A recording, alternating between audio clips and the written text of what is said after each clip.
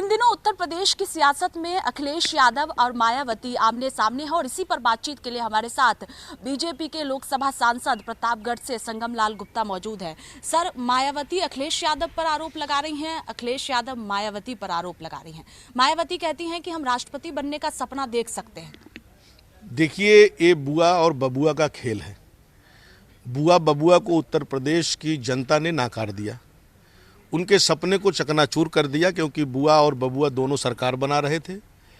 क्योंकि उनका सरकार बना के भ्रष्टाचार और लूटना यही उनका पेशा है। अब क्या हो गया कि उनका अपना खुद का मानसिक संतुलन बिगड़ चुका है, तो वही एक दूसरे के ऊपर दोषारोपण कर रहे हैं कि तुम्हारे वजह से हमारी सरकार नहीं बनी, हमारे वजह से तुम्हारी सरकार नहीं बनी। तो वही है, खिसियानी बिल्ली खंभा नोचे। तो इसका तो कोई मतलब नहीं है, क्योंकि प्रदेश की जनता ने उसको अमन चैन चाहिए था, उसको विकास चाहिए था, और विकास पे प्रदेश की जनता ने विश्वास किया। माननीय योगी आदित्यनाथ जी ने 5 साल के कार्यकाल में उन्होंने जीरो टॉलरेंस की सरकार चलाई, भ्रष्टाचार मुक्त सरकार चलाई, और सबका साथ, सबका विकास और सबका विश्वास और सबका प्रयास का जो मंत्र है मोदी जी का, उसको लेकर चलने का उन्होंने काम किया है। किसी के साथ कोई भेदभाव नहीं किया है, कोई दंगे नहीं हुए उत्तर प्रदेश में। लॉ एंड ऑर्डर, जिस तरीके से 17 के पहले लॉ एंड ऑर्डर बिगड़े हुए थे, लॉ एंड ऑर्डर पे काम हुआ है।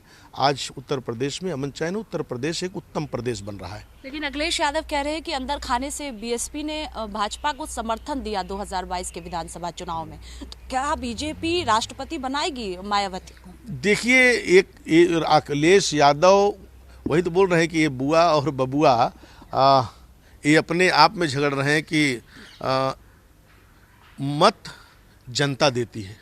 किसी के कहने पे जनता कहीं पर मत देती नहीं है। तो विश्वास जनता ने बीजेपी के ऊपर जताया, और उस विश्वास का ही नतीजा है कि हम 273 सीट उत्तर प्रदेश में जीते हैं। अब एक दूसरे आपस में लड़ रहे हैं कि तुमने समर्थन दे दिया। अब अखिलेश यादव कहते थे कि हम 300 सीटें जीत रहे हैं, उनका हर जगह भाषण में यही था।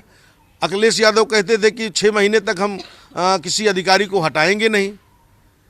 तो आज आपस में ही लड़ रहे हैं। जब आदमी को कुर्सियां नहीं मिलती हैं, उनको जो सपने थे, उनके सपने अगर चूर होते हैं, तो जाहिर सी बात है कि एक दूसरे के ऊपर छीटाकशी, दूसरे के ऊपर बोलना तो उनका अपना वक्तव्य है। और हमारे हिसाब से उनका मानसिक संतुलन चुनाव के बाद, रिजल्ट आने के बाद खराब हो गया। लेकिन ये लड़ाई जाएगी कहां तक अखिलेश और मायावती की? चूंकि आरोप ये भी लगाया जा रहा है कि बीजेपी की जीत की वजह अखिलेश यादव कह रहे हैं कि बसपा है, बसपा कह रही है कि अखिलेश यादव है।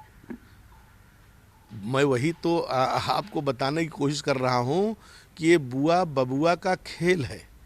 ये आपस में लड़ेंगे, आपस में झगड़ेंगे कि तुम्हारे हिसाब से हमको कुर्सी नहीं मिली, वो कहेंगे कि भाई हमको एक सीट भी पूरे उत्तर प्रदेश में नहीं मिली। तो इनके चाल और चरित्र को जनता ने देखा, उनकी सरकार में देखा, मायावती के भी सरकार में देखा, और अखिलेश यादव की सरकार में देखा कि लॉ एंड ऑर्डर पे क्या काम हुआ है, विकास क्या हुआ है। आए दिन दंगे होते थे, और जाति विशेष को ये लोग लाभ पहुंचाने का काम करते थे। तो आज हमारी सरकार जाति विशेष के ऊपर काम नहीं कर रही। हमारी सरकार सब समाज को लेके चलने का काम कर रही है, और क्षेत्र के विकास के लिए जिस विश्वास पे जनता ने चुना हुआ है, भाई दोबारा 37 सालों में किसी पार्टी को अगर दोबारा जनादेश मिल रहा है, तो इसका यही उद्देश्य होता है, यही कारण है कि जनता में भारतीय जनता पार्टी के प्रति विश्वास जागा है। तभी 37 सालों के बाद दोबारा जनादेश पूरे बहुमत की सरकार उत्तर प्रदेश में बनी।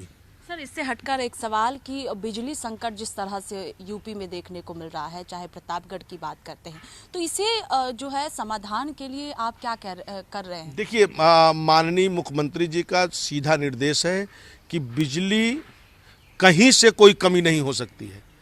अगर ये 2, 4, 6 दिन हफ्ते में कहीं ना कहीं कोई समस्या बिजली की आई है, ये हमारे भी संज्ञान में आई है, तो हमने माननीय बिजली मंत्री से भी बात किया, माननीय मुख्यमंत्री जी से भी बात किया। बिजली की समस्या 2-4 दिन में ये हल हो जाएगा। ओबीसी वर्ग को बढ़ाने के लिए आप लगातार प्रवास कर रहे हैं, अलग अलग राज्यों में भी पहुंच रहे हैं।